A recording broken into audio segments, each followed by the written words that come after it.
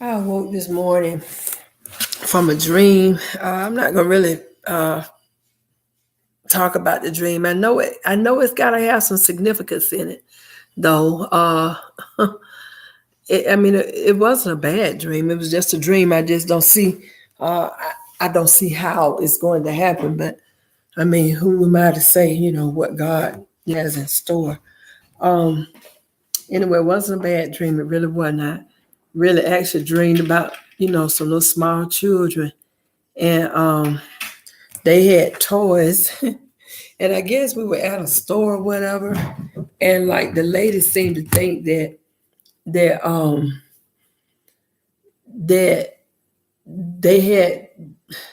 the lady. I don't know if she thought that they had stolen the toys or whatever, but they were their toys. And I told her, I said, "Now listen, I'm not going to pay for this because this is something they already had." So what she did, she took out her tablet. She didn't argue with me. She just took out her tablet and she began to just take pictures of other toys. So I know that dream has some significance. But anyway, I thank God for him being God. You know, thank God that he's not like man. Because I found myself today, like I said, I'm still trying to get myself together.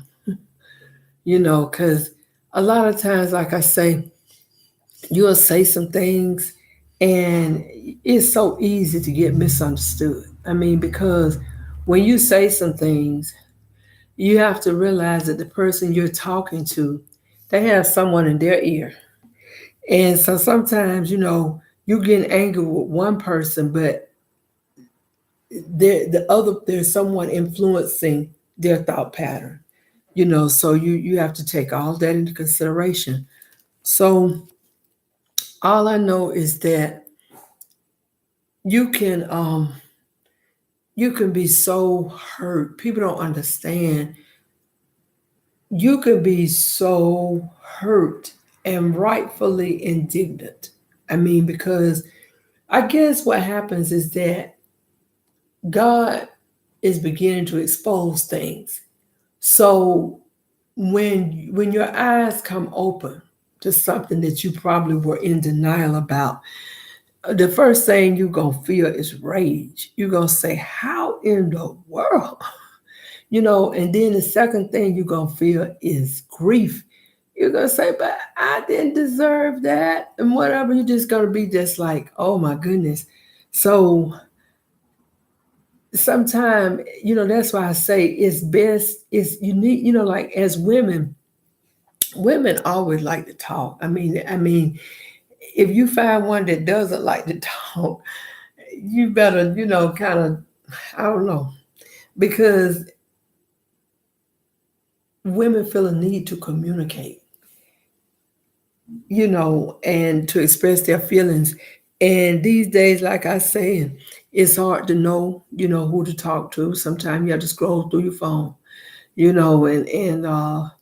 you have to be real careful. But all I know is I'm going through, and it does hurt me when I'm misunderstood, because I know when I say something, I know that it may not be, it may not be, it may not be an issue that people really want to deal with right then, for various reasons. So as I was praying, because after I got myself back into a prayerful mode, because I did have to talk to a couple of people. I did talk to one person. And usually I try to find somebody to speak in tongues, because I'd be saying, well, I know they'll know. And I know they'll understand. But I didn't really feel like talking to anybody just because they spoke in tongues today. I just wanted to talk to someone that would just hear me out. And I was surprised. I was amazed at the wisdom that I got from this person, because I've never talked about anything of significance with this person before, and it just amazed me that God used her. I mean, I really appreciate God, because you have to be real careful how you give advice to people, because people can be making life decisions, and I mean, it just so important. You just can imagine the things that could be avoided if someone had somebody praying for them or somebody they could talk to before they did something rash or did something foolish. So as I was praying after I did, get myself in check, the Lord spoke to me Isaiah the 5th chapter. And I always say that whenever I go through something, the Spirit of God knows everything. And I'm going to read Isaiah the 5th chapter. And I know it's for me. And it's probably for someone else under the sound of my voice. But it says, "Now will I sing to my well beloved a song of my beloved touching his vineyard. My well beloved hath a vineyard in a very fruitful hill, and he fenced it and gathered out the stones thereof, and painted it with the choicest vine, and built a tower in the midst of it, and also made a winepress therein. And he looked that it should bring forth grapes, and it brought forth wild grapes. And now, O inhabitants of Jerusalem and men of Judah, judge, I pray you, betwixt me and my vineyard. What could have been done more to my vineyard that I have not done in it? Wherefore, when I looked that it should bring forth grapes, brought it forth wild grapes. And now go to, I will tell you what I will do to my vineyard. I will take away the hedge thereof, and it shall be eaten up, and break down the wall thereof, and it shall be trodden down. And I will lay it waste. It shall not be pruned nor digged, but there shall come up briars and thorns. I will also command the clouds that they rain no rain upon it. For the vineyard of the Lord of hosts is a house of Israel, and the men of Judah his pleasant plant. And he looked for judgment, but behold oppression, for righteousness, but behold a cry. And I guess that's the way God be feeling about us. He knows that he have planted the word in us. He knows that he have planted the seed in us. And when he looking for fruit, he'd probably be disappointed. Lord. He'd probably be disappointed sometimes. He'd be saying, I know they should know better by now. I know they should be further along by now. I know they shouldn't keep letting the enemy deceive them by now. I know they shouldn't be weary by now. I know they should realize that they have to be pruned. They have to be chastised, that everything is not just going to be just so easy, because the devil is out to try to kill folk now. I mean, he's trying to knock people off their spiritual feet. He just throwing everything. I mean, and it'd be painful stuff. It'd be hurtful stuff. It don't be no lightweight stuff. It'd be something that can make you feel like almost taking your life. It'd be that kind of stuff. And he don't care. He don't care. I was looking at this sermon, and it was talking about these demons were actually talking out. And they were talking out, and they were talking about like how when they destroyed people's careers, and how when they kept people from marrying, or how when they had people had worked witchcraft and kept people from bearing children, and how the demons said things like that just make them happy, and you just think about all the stuff that's being done now, I mean, all the stuff that's been done now, and people not even addressing it. They just going on like, well, if as long as it don't hit me.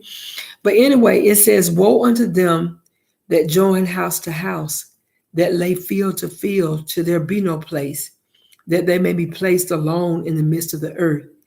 In mine ears, saith the Lord of hosts, of a truth, many houses shall be desolate, even great and fair, without inhabitant. Yea, 10 acres of vineyard shall yield one bath, and the seed of a homer shall yield an ephah. Woe unto them that rise up early in the morning, that they may follow strong drink, that continue until night, till wine inflame them. And the harp and the viol, the tabret and pipe and wine are in their feasts, but they regard not the work of the Lord, neither consider the operation of his hands. Therefore my people are gone into captivity, because they have no knowledge. And their honorable men are famished, and their multitude dried up with thirst. Therefore hell Oh, just the Lord. Hell hath enlarged herself, and opened her mouth without measure, and their glory and their multitude and their pomp, and he that rejoices shall descend into it. And the mean man shall be brought down, and the mighty man shall be humbled, and the eyes of the lofty shall be humbled. But the Lord of hosts shall be exalted in judgment, and God that is holy shall be sanctified in righteousness.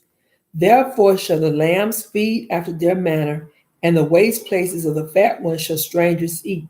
Woe unto them that draw iniquity with cords of vanity, and sin as it were with a cart rope, that say, let him make speed and hasten his work, that we may see it. And let the counsel of the Holy One of Israel draw nigh and come, that we may know it. Woe unto them that call evil good, and good evil, that put darkness for light, and light for darkness, that put bitter for sweet, and sweet for bitter. Woe unto them that are wise in their own eyes, and prudent in their own sight. Woe unto them that are mighty to drink wine, and men of strength to mingle strong drink, which justify the wicked for reward, and take away the righteous of the righteous from him, the righteousness of the righteous from him. Therefore, as the fire devoureth the stubble, and the flame consumeth the chaff, so their root shall be as rottenness, and their blossom shall go up as dust, because they have cast away the law of the Lord of hosts, and despised the word of the Holy One of Israel.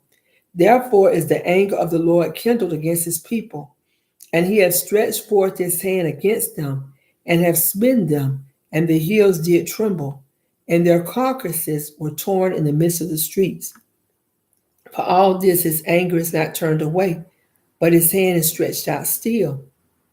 And he will lift up an ensign to the nations from far, and will hiss unto them from the end of the earth, and behold, they shall come with speed swiftly. None shall be weary nor stumble among them. None shall slumber nor sleep. Neither shall the girdle of their loins be loosed, nor the latchet of their shoes be broken, whose arrows are sharp, and all their bows bent. Their horses' hooves shall be counted like flint, and their wheels like a whirlwind. Their roaring shall be like a lion. They shall roar like young lions. Yea, they shall roar and lay hold of the prey, and shall carry it away safe, and none shall deliver it. And in that day they shall roar against them like the roaring of the sea. And of one look unto the land, behold, darkness and sorrow, and the light is darkened in the heavens thereof. Oh, I thank God, for the word, and I thank God, for the lady that spoke into my life today. I mean, it's oh, I hear. I mean, I thank God, because I told her, I said, I'm going through so much. I'm going through so much. I said, I'm trying to do this ministry that God want me to do. I said, but I'm going through so much myself. I said, I don't even know, how I can minister to anybody, because I'm going through, oh God, so much. I mean, the enemy is just coming in like a flood, trying to attack and destroy relationships. I mean, it's just like, it's so easy. You feel demonized sometimes, because it's just like, the enemy is the accuser of the brethren. And like some people are just pitting, they got a spirit of manipulation, and they're trying to pit people against one another, and they throwing rocks, and they hiding their hands. They're not being honest with themselves or with the Lord. They doing stuff. But God knows everything. Yeah, I mean, that's all I know. God knows everything. Y'all pray for me.